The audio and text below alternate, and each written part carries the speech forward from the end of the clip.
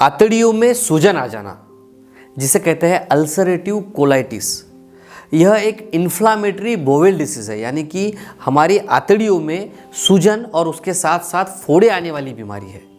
तो ये क्यों होती है, इसका क्या कारण है, किस तरह के लक्षण हमें अल्सरेटिव कोलाइटिस इस बीमारी में देखने मिलते हैं और क्या इसका सटीक इलाज करना चाहिए, क्योंकि लोग इससे परेशान हो जाते हैं और काफ़ी ट्रीटमेंट लेने के बाद में भी वो ठीक नहीं हो पाते हैं।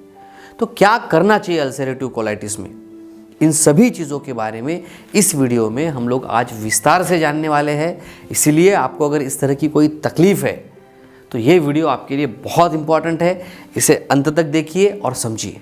डॉक्टर टोंग से होम्योपैथी ये चैनल सब्सक्राइब करें, बेल आइकॉन पर क्लिक करें तथा लाइक और शेयर करें। बीमारी से मुक्त स्वस्थ जीवन जिए।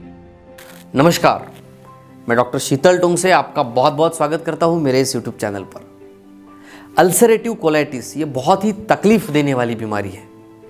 पेट के अंदर जब अल्सर हो जाते हैं, आंतड़ियों में जब अल्सर हो जाते हैं तो पेशेंट काफ़ी परेशान हो जाते हैं, क्योंकि जब वो खाना खाते हैं तो उनकी तकलीफ़ें और बढ़ जाती है, लेकिन बिना खाए रह भी नहीं सकते हैं। तो इसका कारण क्या होता है, क्यों ये अल्सरेटिव कोलाइटिस आपको होता है, ये हम आज जानेंगे। लेकिन पहले हम जानते हैं कि इसमें क्या सिम्टम्स, लक्षण इसमें क्या दिखते हैं। अल्सरेटिव कोलाइटिस में जो मुख्य लक्षण होता है वो होता है लैट्रिन से ब्लड निकलना या म्यूकस निकलना, चिकट स्राव लैट्रिन से निकलता है, जो डायरिया के साथ में होता है। पतली दस्त भी पेशेंट को लगती है, डायरिया भी पेशेंट को हो जाता है। सो ब्लड और म्यूकस के साथ डायरिया, ये इसका होता है पहला सिम्टम। दूसरा जो लक्षण इसमें दिखता है वो होता है पेट में दर्द या ऐंठन मरोड़ के जैसे आने लगती है और बेचैन हो जाता है पेशेंट, समझ में नहीं आता है। बहुत ज़्यादा कभी कभी पेशेंट को दर्द होता है और ऐसा दर्द होता है कि वो किसी को एक्सप्लेन भी नहीं कर सकते हैं और इसीलिए इसमें पेशेंट काफ़ी परेशान हो जाते हैं। और एक लक्षण इसमें जो दिखता है वो होता है भूख कम हो जाना, खाने की इच्छा नहीं होना। कभी कभी भूख कम होने की वजह से थकान भी पेशेंट को महसूस होती है और बार बार मलत्याग करने की जो इच्छा है वो इसमें होने लगती है। लैट्रिन से आने के बाद में फिर से जाने की इच्छा होती है और इसी वजह से लोग इससे बहुत परेशान हो जाते हैं। इन सभी कारणों की वजह से पेशेंट का वेट जो है वो भी कम होने लगता है। सो वज़न इसमें कम होने लगता है। तकलीफ़ें अगर और ज़्यादा बढ़ती रही तो फिर बुखार भी कुछ पेशेंट्स में देखा जाता है। सो इस तरह के लक्षण अल्सरेटिव कोलाइटिस में आम दिखते हैं। सो खून और म्यूकस ये अगर है तो अल्सरेटिव कोलाइटिस होने की संभावना ज़्यादा रहती है। आइए अब समझते हैं इसके प्रकार कौन से होते हैं।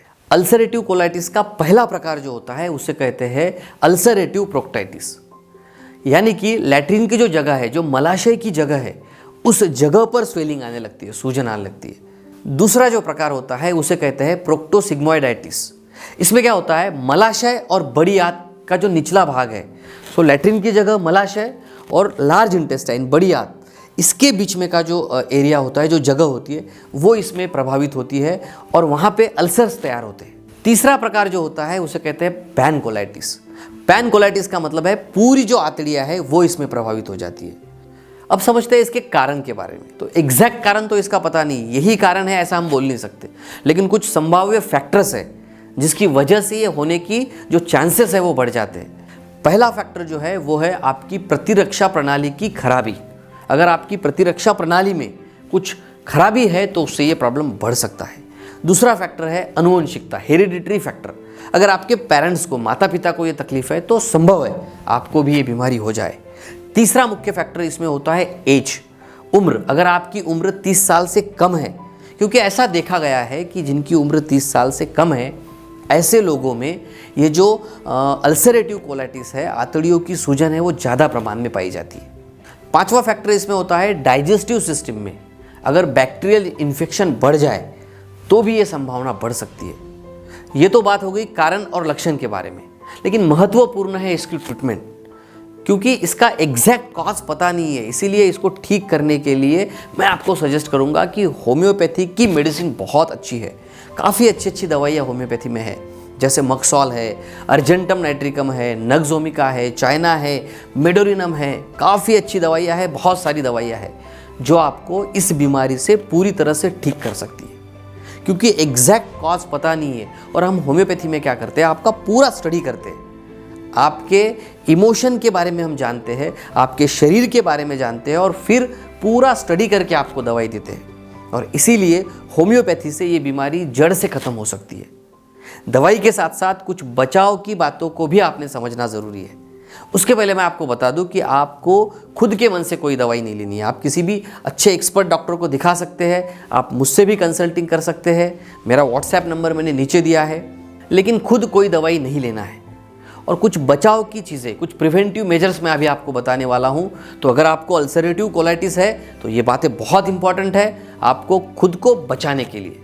पहली चीज़ जो आपको करनी है वो है खाने को थोड़ा थोड़ा कीजिए, क्वांटिटी कम कीजिए। थोड़े थोड़े देर के बाद आप थोड़ा थोड़ा खाना खाइए ताकि आपके पेट में एकदम से खाना ना जमा हो और जो अल्सरेटिव कोलाइटिस की तकलीफ़ है वो और ना बढ़े। उसी के साथ साथ पानी भी जो आप पिएंगे, दिन भर थोड़ा थोड़ा पानी पीजिए। थोड़ी थोड़ी देर के बाद आपको पानी पीना है।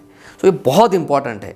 अगर आप दिन में 2 बार खाना खाते हैं तो 4 से 5 बार आप थोड़ा थोड़ा खाना खाइए और पानी भी उसी तरह से 1-1 घंटे के बाद आप पी सकते हैं।